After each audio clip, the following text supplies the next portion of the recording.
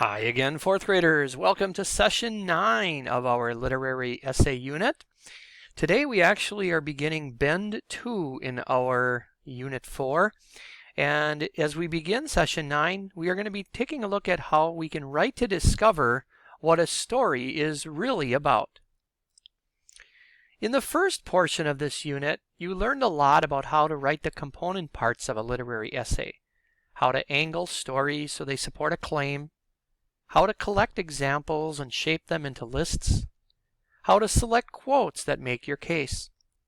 Now we are starting on a new bend, and my job is to help you write literary essays that are a giant step beyond any you've ever written. I want you to know that the quality of a literary essay comes not just from the writing work, but also from the reading work you do. Today and tomorrow, I will show you some ways to lift the level of your thinking about texts. I'm going to help you develop more complicated and sophisticated ideas. Today I want to teach you that to grow and write about ideas that are central to a text, writers sift through everything that happens, looking for deeper patterns, patterns that may not immediately meet the eye. If there is a pattern of friends betraying each other repeatedly, or of relationships ending, the writer asks, what is this story really saying about that? Thinking about patterns that underlie in a book is not easy work. The writer needs to think. What could be the pattern? And try many different answers. To think about patterns that underlie in Fox, you need to think, what keeps happening a lot? Now, you aren't thinking about the specific characters, fox, dog, and magpie, so much as about this is a story about friends.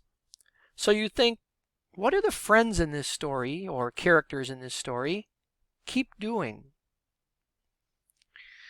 Now, as we look for patterns, it's not easy to see patterns that are sometimes right there before your eyes.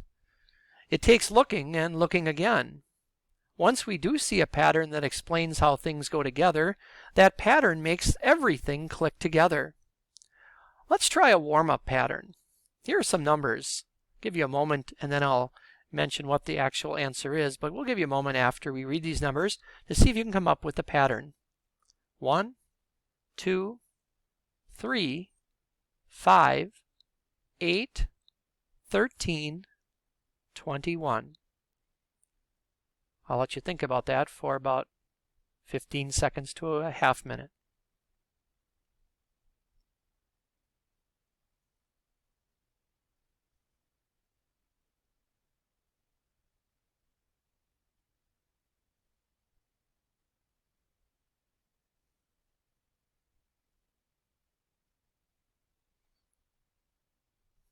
All right.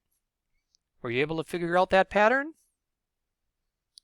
Hopefully you discovered that the two preceding numbers added together will give you the next number. For example, 1 plus 2 equals 3, 2 plus 3 equals 5, 3 plus 5 equals 8, and so on.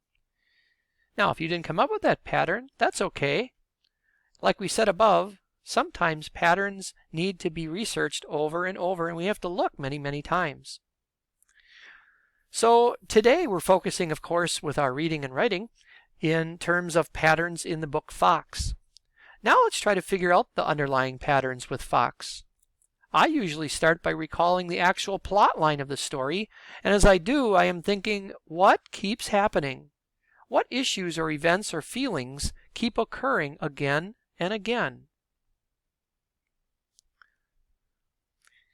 Now we can do this in terms of your own text, which we'll do in just a moment. But if we think about Fox, what pattern do you see in that book? And what kind of patterns just keep occurring over and over? Well, we know that these animals care for each other.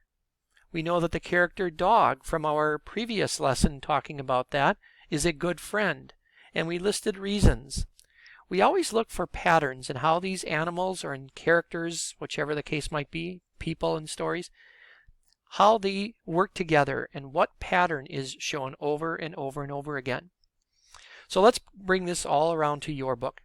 Thinking about your own text. What pattern do you see in your book that you want to think more about? Can you describe some times when that pattern occurs? What do you think the author is saying about that pattern, and can you say more? Remember that whenever you want to deepen your ideas, you can look for a pattern across a text and then write to discover what the story is really saying about that pattern. When you go off to write today, think about these new patterns you're noticing and write to develop your ideas even more. We're including a chart today, writing to think about a message or theme. And your writing lesson today in your writing journal, of which you should show your teacher when you're done, is to jot down several ideas and new patterns using at least 2 or 3 of these ways to write to think about a message or theme. If you include something like, I learned from the character event that in life it's important to, and finish that sentence starter, that would be great. Or this story teaches us not only about blank, but also about blank. And so you're going to be using some of those ideas in your writing journal. Remember, you're doing this for your story that you're writing that focuses on one of the stories you read and focused on from the beginning of this unit. I wish you well. Please get started, and good luck talking about writing to think about a message or a theme.